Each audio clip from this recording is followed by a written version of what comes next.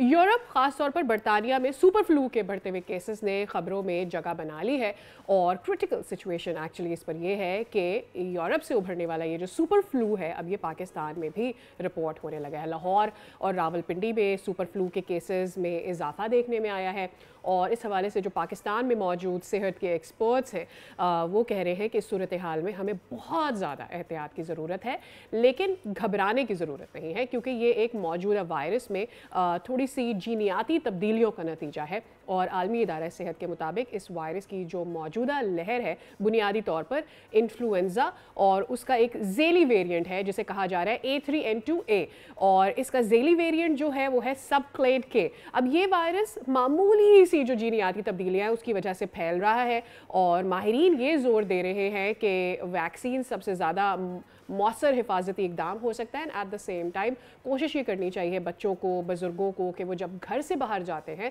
और अगर घर में किसी को भी फ्लू है, चाहे उन्हें नहीं भी पता कि ये कौन सा वेरिएंट है और कितना ख़तरनाक है, तो भी वो मास्क का इस्तेमाल घर में भी करें। अगर घर में किसी को फ्लू है और बाहर जाते हुए तो ज़रूर ही मास्क का इस्तेमाल करें। खाना खाने से पहले ज़रूर हाथ धो लें और दीगर जो प्रिकॉशंस हैं उसको ज़रूर ही ज़ेर अमल लाएँ। डॉक्टर रफ़ीक खानानी साहब हमारे साथ मौजूद हैं। आप माहिर हैं वबाई अमराज के। खानानी साहब बहुत शुक्रिया and very very good morning to you as well.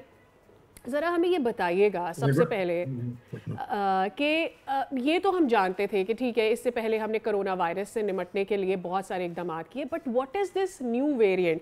It's H3N2A, what is it? और फिर उसका जो ज़ेली वेरिएंट कह रहे हैं जिसको सबक्लेड के, if I am not wrong please correct मी, ये दोनों में फ़र्क क्या है और ये इसके सिम्टम्स क्या होते हैं और ये निकला कहाँ से, आया कैसे, पाकिस्तान कैसे तक आ गया?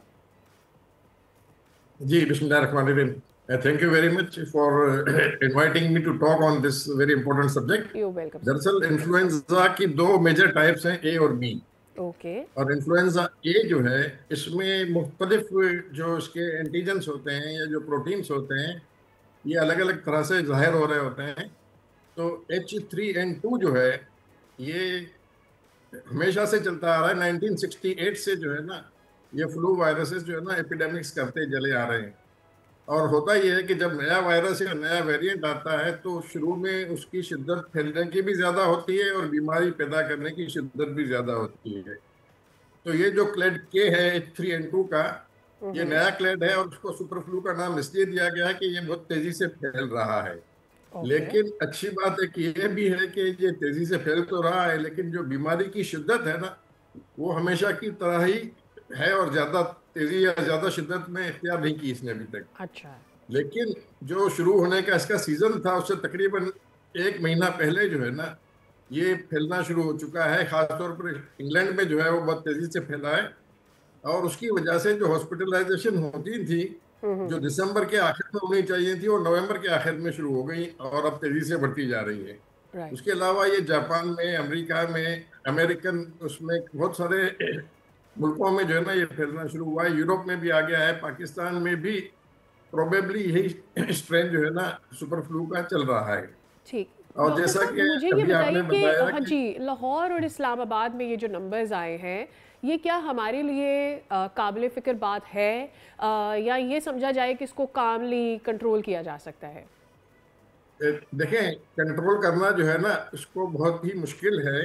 अच्छा।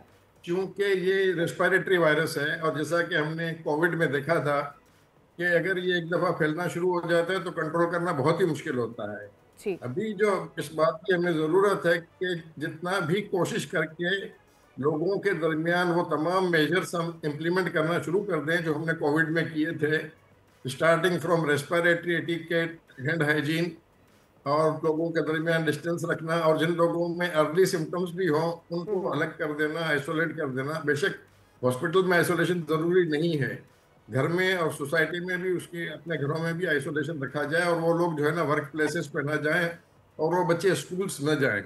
एक अच्छी बात ये भी है कि अभी विंटर वेकेशंस स्कूल में शुरू होने वाले हैं या कई जगहों पर हो गए हैं तो स्कूल्स में इसका स्प्रेड कम हो जाएगा।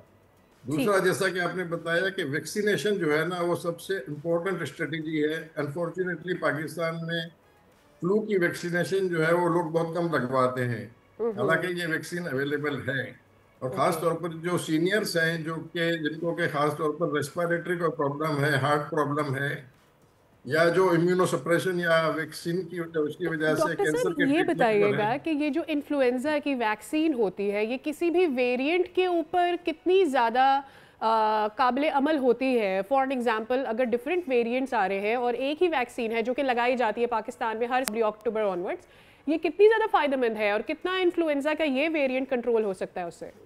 ये इस वेरिएंट के मुताबिक अभी तक की रिपोर्ट्स ये हैं कि ये काफ़ी हद तक यानी 70 to 80% जो है ना इफेक्टिव है इस वेरिएंट के अगेंस्ट भी।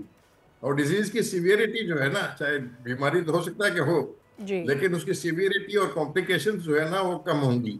सबसे इम्पोर्टेंट बात ये कि हेल्थ केयर वर्कर्स और जो हॉस्पिटल्स और इमरजेंसी डिपार्टमेंट्स है ना, उनके लोगों को बहुत एहतियात की जरूरत है। और हेल्थ केयर वर्कर्स की वैक्सीनेशन भी बड़ी इंपॉर्टेंट है, क्योंकि होता यही है कि हेल्थ केयर वर्कर्स और हॉस्पिटल्स जो है ना जब ओवरबर्डन हो जाते हैं तो कॉम्प्लिकेशंस बढ़नी शुरू हो जाती हैं। तो इसलिए हमें एहतियाती तौर पर अपने हेल्थ केयर वर्कर्स को प्रोटेक्ट भी करना है और हेल्थ केयर सिस्टम को इंटैक्ट रहने देना है। ठीक है। अच्छा, अब ये बताइएगा कि जब हम वैक्सीन लगवाने जाते हैं आम तौर पर तो हमें बहुत सारी इन्फॉर्मेशन अवेलेबल ही नहीं होती, हमें खुद भी नहीं पता होती, तो कितनी छोटी उम्र के बच्चों को ये वैक्सीन लग सकती है इन्फ्लुएंजा की, और ये कि ये दोबारा कब लगनी चाहिए वैक्सीन? वैसे तो जो है ना, क्योंकि ये इसके स्प्रेड जो है ना ज़्यादातर स्कूल स्टेज में होता है, तो हम क्या रिकमेंड करते हैं कि 5 साल से ऑनवर्ड बच्चों को लगाया जाए। और वैसे तो 2 साल से बड़े बच्चों को भी लगाई जा सकती है, लेकिन उसकी ज़रूरत नहीं है इस स्टेज पे, क्योंकि अभी बहुत ज़्यादा तेज़ी से इस वायरस का स्प्रेड पाकिस्तान में देखा नहीं गया। ठीक है। और अलबत्ता एल्डरलीज को ज़रूर लगवानी चाहिए और हेल्थ केयर वर्कर्स को हर एज वाले को लगा लेनी चाहिए। ठीक है, बहुत शुक्रिया डॉक्टर खनानी साहब, बहुत अच्छा लगा आपसे बात करके, और हम उम्मीद करते हैं कि वेरिएंट के हवाले से हमारे व्यूअर्स को वो इन्फॉर्मेशन जो नीडेड है वो मिल गई होगी, और ख़ास तौर पर इसकी वजह से लाहौर में और जो रावलपिंडी में केसेस सामने आए हैं उसको तेज़ी से काबू कर लिया जाएगा। सब्सक्राइब करें और बेल दबाएं ताकि कोई खबर रह न जाए।